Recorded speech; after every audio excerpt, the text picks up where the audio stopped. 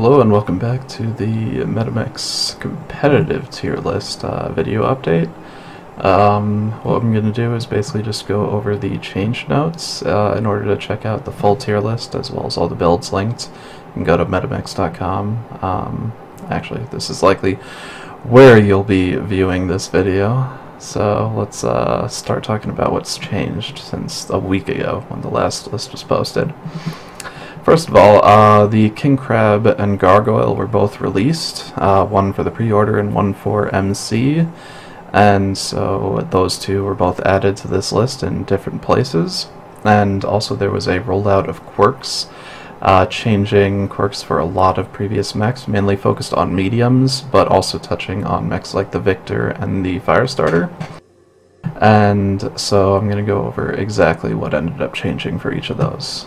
First of all, for long range, that's the first section, I added the King Crab Quad Zero, that's what I like to call it, to Tier 3. We can take a look at the build. It is mainly focused on Gauss rifles and, a Gauss rifle and 3 ER large lasers. I don't think it's as strong as most other builds are, but in terms of long range, but I think it's the best option for the Gargoyle, or for the King Crab. Sorry if I said Gargoyle earlier. I think it's the best option for the King Crab at this range, and I do think that it's good enough to be Tier 3. It's just not better enough than, it's not better than most of the other mechs in Tier 2, since it can't. First of all, its cockpit is relatively low positioned on the mech, which really hurts its hill peeking, and also the Gauss rifle is pretty low positioned too, so basically you're running only 3 ER larges at that range, unless you want to expose a lot of your body. Another alternative is to run 4 ER large, VAP, and 25 heatsinks total without endo, and a standard 360 I want to say, or 350, but I feel like that's just inferior to the Stalker with a 4 ER large, even though it has an extra heatsink, because again, like, the cockpit is way too low. So that's it for that.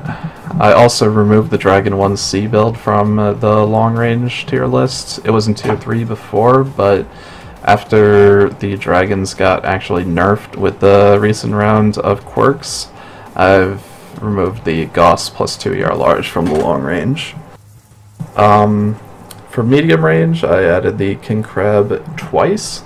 Now, it is a bit early to say which builds will be more likely to be used, but they focus on different things. This is the first one I added, quad ultra AC5s and 2 medium lasers. It's got very, very nice DPS, comparable to Direwolf almost, but not quite since it's missing an ultra AC5. But it is superior to the Banshee, despite having worse weapon convergence. In terms of DPS, it's superior at least. And so I figured this is worthy of being in Tier 2. And the other version I added is 2 AC20s and a PPC, which is somewhere between short and medium range, but I put it in medium range because mainly you'll be engaging around 300 to 400 meters, I would think. But you'd also be engaging a shorter range than that. It just falls between them. But this is not something you would link up with Direwolves and Banshees in most situations. This is something you'd link up with stuff like other ones of these and Miseries. Mainly focusing on a brief blast in power to the enemy to quickly take down 1 or 2 mechs, and hopefully that would make up for the lack of DPS over mechs like Direwolves.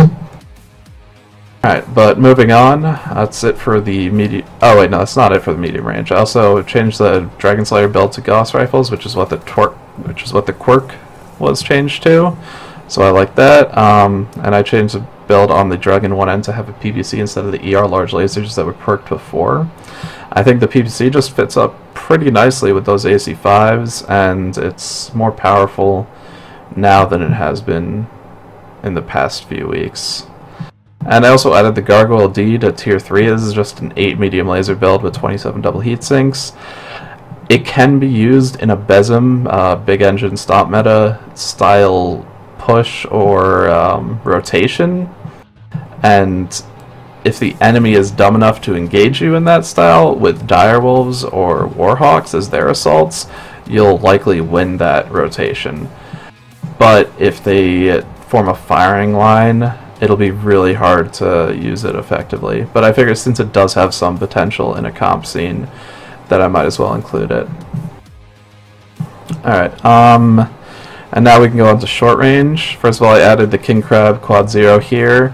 We'll take a look at the build. Basically, it's running one AC-20 and 4 SRM-6s with Artemis and 2 medium lasers. It's basically identical to the Atlas S except for it's asymmetric. I think that that's a bonus. I know a lot of people are going to see it otherwise, but the ability to just corner peek with that before the engagement starts, even if you're corner peeking at like 200 meters, could be really useful, considering how good it is at shielding with the right torso as well. So, besides that, we're looking at I added the Shadowhawk 2D2 to Tier 2, or Tier 3, sorry. I'll edit that after I put this video up. Hopefully, I forgot to last time.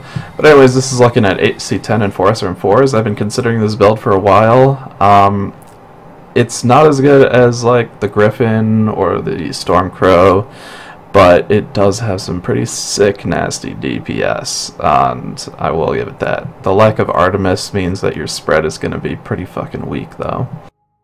But it did get SRM, or missile cooldown quirks, and I feel like it fits well enough that I should have it on the list. And I also added the Golden Boy to Tier 3 and removed the Kentaro 18. Now, the Golden Boy did get nice quirks in this recent update.